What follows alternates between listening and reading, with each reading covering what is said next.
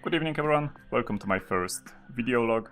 I'm going to try presenting mission solutions this way, because it's kinda easier to make than making a fully edited video. I am still going to do some editing on the vlog, but I'm going to try to basically make most of the content in a way that it doesn't require too much editing and still the quality is somewhat better than that of a live stream. I'm going to start with mission number 15. It was given to you as an exercise at my previous English livestream, which was 1.5 weeks ago, and it was about a chart, a bar chart actually. So to basically start with a story of how did I come up with this idea, it's related to something called Security Days. So Security Days was basically a competition in Poland around 2006, 2008, at least these were the years where I participated.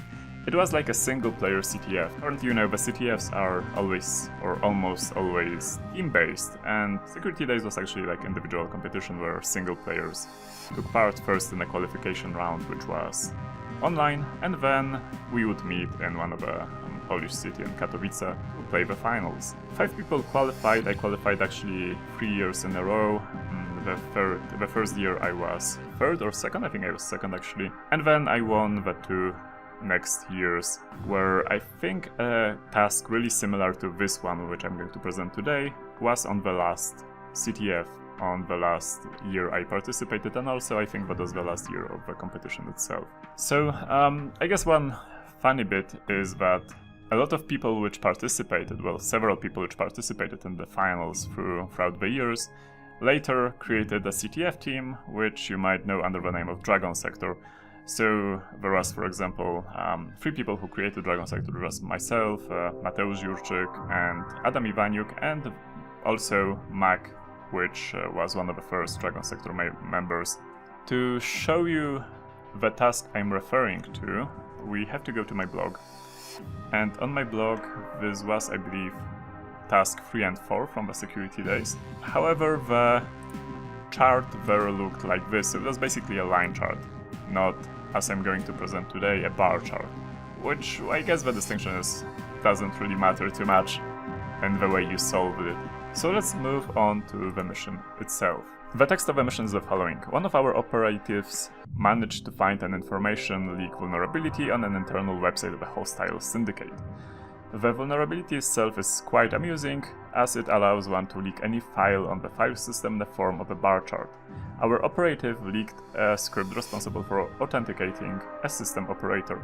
Your task is to analyze the chart and then the script and attempt to recover the system operator's password.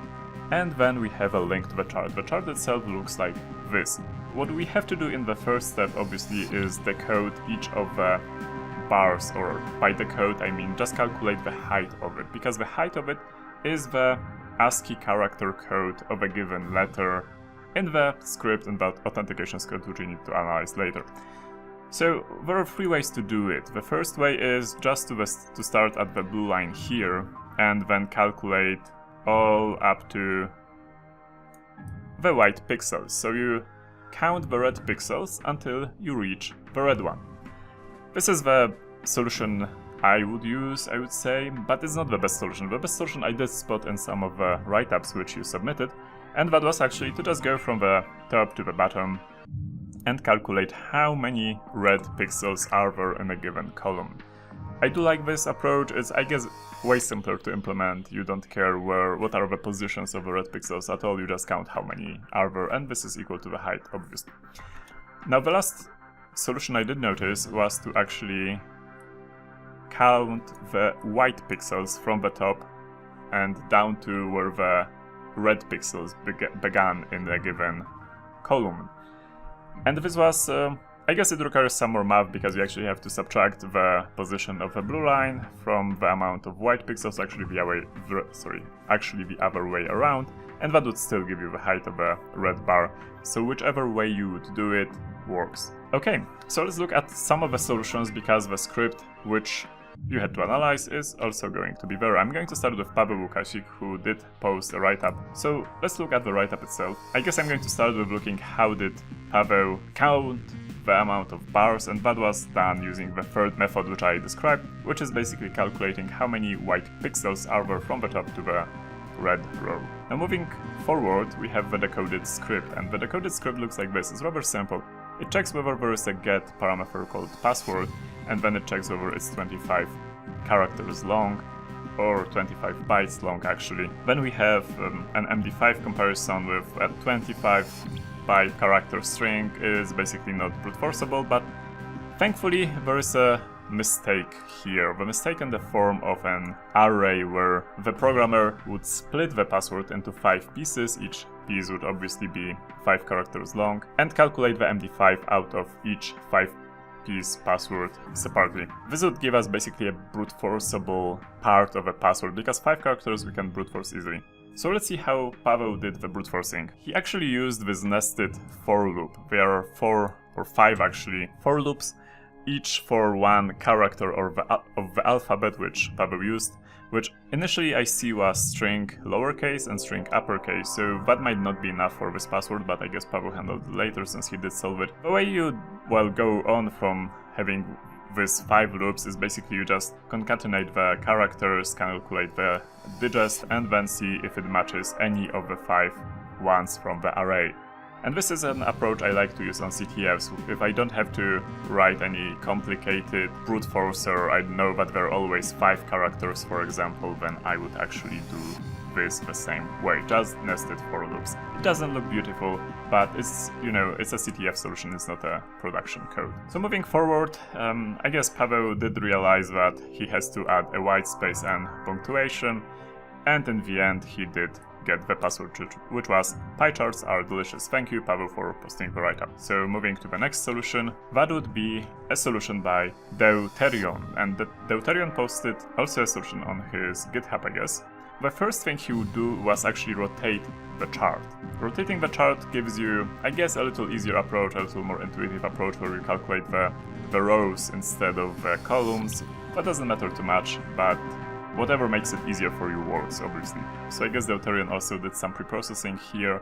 He changed the red color into a 2-color palette, which is basically, well, black and white. And then he calculated the number of black characters in a row. And after that he did some brute forcing using Python itertools library. This is a really awesome standard library in Python. I greatly think that everyone who plays CTFs and does similar tasks like this one should learn it. So congratulations, well done. Moving forward, we have KrzaQ, who also posted a solution on GitHub. And let's see how he approaches this. He uses Python image library, or PIL, to basically count the number of red pixels in a column, which is the best solution in my opinion. I really like this approach. Obviously, as I did mention before, it doesn't matter which solution you use, whatever works, works. Then the brute forcing is also done using itertools, I believe. In the end, he does get the password. Congratulations, well done. Here is the password, as we can see, so it was indeed recovered. Thank you for posting the write-up. Moving forward, we have Marble82. So looking at the Marble82 solution at first, I was pretty confused, because this code is, I think, a little too complicated for what it does. That being said, it's still an interesting solution. So what they do is they create a dictionary, and the dictionary is a dictionary of colors and the number of colors in a given column. Then they basically count the amount of blue and white and red pixels. So obviously the amount of red pixels would give one the ASCII characters they need. So moving forward to the brute forcing itself, my guess is that Marble82 actually had written the brute forcer in C# and run it 5 times concurrently, and after some time, 14 minutes, they would get the password. So well done, thank you for posting the write-up. So moving onward to the solution by Fox or Night Fox, they would actually just count the number of red pixels in a column, which is again my favorite solution, and then the brute force itself would be done using also Python and itertools, which I guess is the most standard way to do it. Well done, thank you for posting the write-up, and I guess we can move on. Another solution is by Foxtrot Charlie, which is one of my moderators. Let's see what did he do. So he also used PIL, or Python image library, to do what? To do counting the number of red pixels in a given column, so also my favorite solution. How did the brute force go for Foxtrot Charlie? And it seems he used hash killer. This is also what I would do. As in, don't do the brute forcing itself, just use some website, a service which does the cracking for you, or actually they don't do the cracking. It's more like they have a huge database with a lot of cracked hashes. Thank you, Foxtrot, for posting the write-up. Moving forward, we have a write-up by Norbert.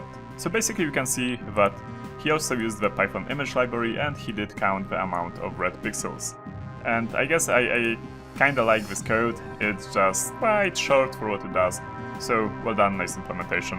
And it seems Norbert actually used John the Ripper, which is one of the more old school but still useful password crackers, or actually hash crackers for Linux. I would recommend checking it out. Well done, and it's actually a little different than what other people did, so it's also nice to see how the solutions varies between people. Thank you for posting the write-up and well done. Moving onward, we have some posted solutions. One is by Krzysztof Sternik.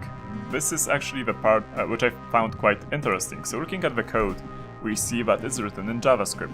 Now what happens is that an image is created and the source of the image is set to my mission. Now later a canvas is created, a canvas element, and the image is drawn onto the canvas, which does make a lot of sense. That being said, there is one quirk here. Mainly, this would actually throw an exception if we would do it here. So let me start Chrome DevTools and I'm going to copy paste this script. Actually not the link to the script, but the script itself. And if I run it, I get a DOM exception, and this is because there's something called the taint bit on the canvas. It's when you try to load an image, or actually put an image which comes from an external domain onto a given canvas, then the canvas becomes tainted. It means that all the methods like getImageData and similar stop working due to security concerns. It basically disallows one website to steal images from another website, for example, images visible only to logged-in users. So this is a security protection, and I'm pretty sure that you cannot launch it in any context. That being said, what you can do is you can just open my domain, which is gunveil.vexilium.org, then copy-paste the script, open DevTools here and copy-paste the script here, and then it would actually work, and it would also, I guess if we start it, it would also give us the source code. Quite finally, Chrome for some reason decided that black background is better here. Pretty nice, pretty interesting also to see the solution in JavaScript. Well done and thank you for sharing. So Neo Overflow also used hashkiller and also used pill to extract the image counting the number of red pixels in a given column. Thank you for sharing your code. I guess there's also a link to his brute force solution, which is implemented using, again, iter tools, which I guess is one of the basic ways to do it in Python. Thank you for sharing the code, and congratulations for solving the mission. So the first one to solve the mission, and my apologies if I mispronounce your name, was Bostian Vesnitzer, and he did post the correct solution, which is pie charts are delicious. Also, Adler Oliveira did post correct solution, so well done. And this brings us to the end of my short video log. The next mission was already published on my previous livestream, which happened Wednesday, so you can just go to my YouTube channel, which is gunveil.en, and check it out there at the end of the video. So thank you for watching, good luck with the next mission, and see you next time.